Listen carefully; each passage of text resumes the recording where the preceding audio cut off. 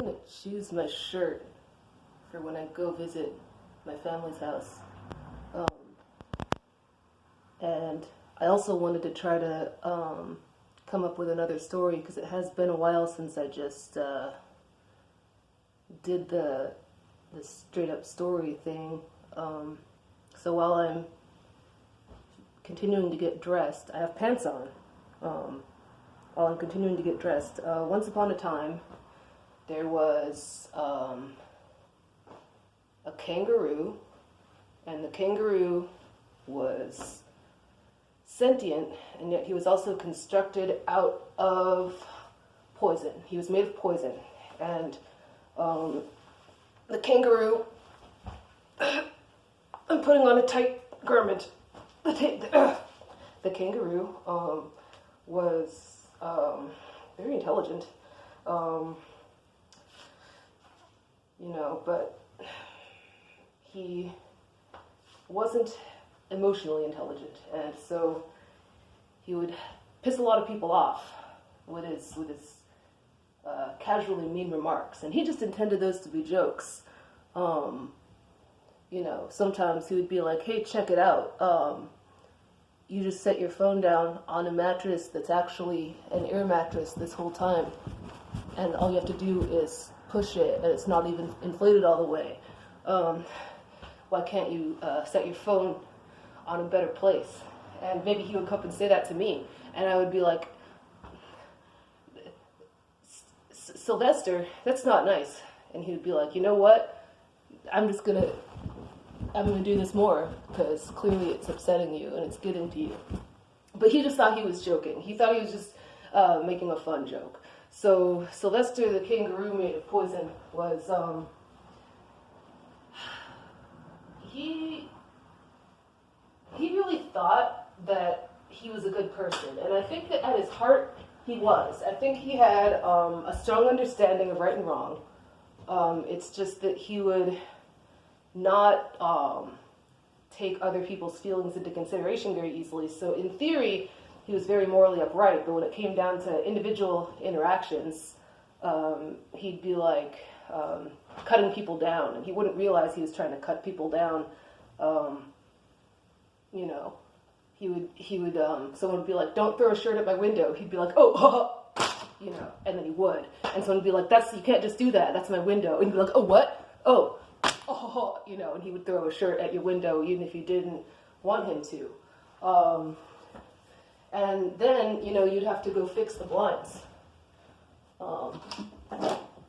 And that would offend you, right? And he had a friend, in fact, named Bonkers McFwonkers. And Bonkers McFwonkers was, he didn't appreciate this behavior because Bonkers McFwonkers would always be walking around trying to keep his shit in order, trying to keep his windows from having a blanket just tossed at them, even if the blanket was really soft, it's just like sometimes Sylvester would come in and be like, "Oh, I've got a normal name and I can throw blankets," and Bonkers McFwonkers would be like, "Don't do that, man. I'm trying to keep my windows from having blankets just on them." And Bonkers McFwonkers would try to organize his shit. And, it meant a lot to him to keep Sylvester in his life. He was always like, "Oh, this dude, he's so creative and he's so smart and he's got such a good understanding of morality. He's one of the coolest people I've ever known." But, he would often just, ignore in his own mind, "Oh, I just realized I threw the red shirt across the room." He would ignore in his own mind, what Sylvester was doing to knock him down. Because kind of Sylvester was a bit dominant, and he didn't want Bonkers McFwonkers to have to deal he didn't want to have to deal with Bonkers McFwonkers' confidence, He preferred to keep Bonkers McFwonkers just kind of lower down than him. He liked to knock him down. And he would often try to build Bonkers McFwonkers up. Like, "Oh, hey," but only in the ways that Sylvester was cool with. Because he wanted to feel like, "Oh, I built this guy up. I helped this guy be mentally strong," And, it's like I joke around with him, Sometimes I throw a shirt at his window even if he doesn't want me to. But, I'm just doing that because we're just friends and that's how friends do. Bonkers McFwonkers would be like, I'm going to set a used up guest check booklet on top of the camera and don't move it because it's important for me for it to stay there. And Sylvester would be like, oh man, yeah, I'm not going to move it. Oh, I just did. Oh. And then Bonkers would be like, no man, I'm serious. I need this to stay here. And Sylvester would be like, okay, cool. I got you. Oh no. No, there it is. And Bonkers would be like, man, I'm trying to keep the camera hidden right now. Don't put paper on there. Or don't knock the paper off, I mean. Don't put the paper on the surface that isn't the camera lens right now because I need the camera. And Sylvester would be like, no, it doesn't make any sense. Oh, and then so Bonkers started getting increasingly offended, but he didn't really know how to deal with the bullying, because he wasn't aware he was being bullied.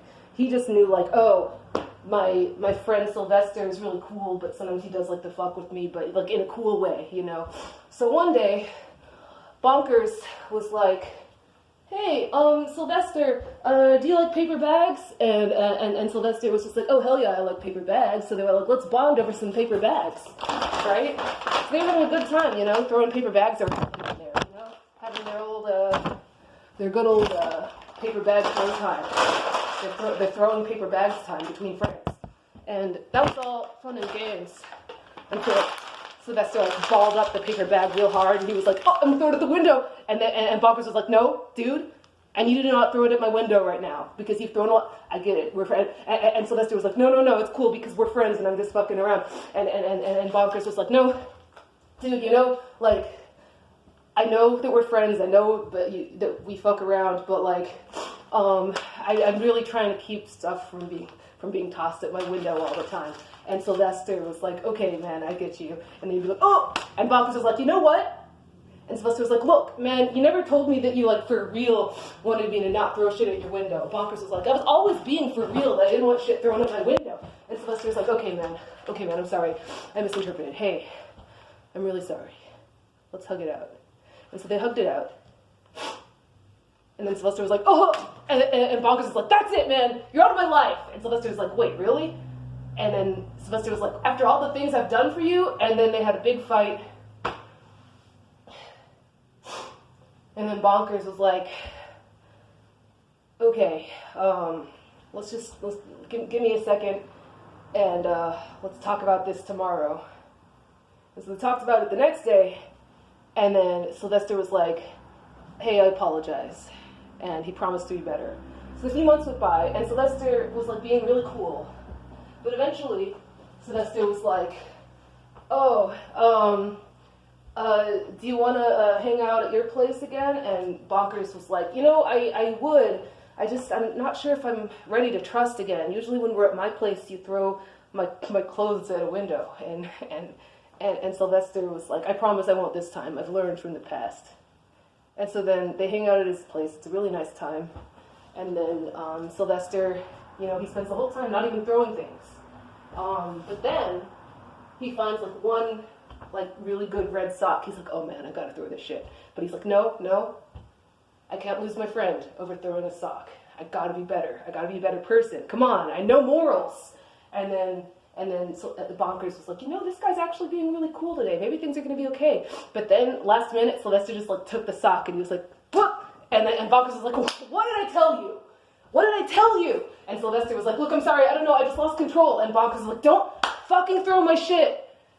And then Sylvester was just out of his life after that. And for a while, Bonkers was like, did I abandon him? But then Bonkers was like, no, he abandoned me when he decided to keep fucking with me. Because he decided he didn't really want to be my friend. He wanted to be my bully.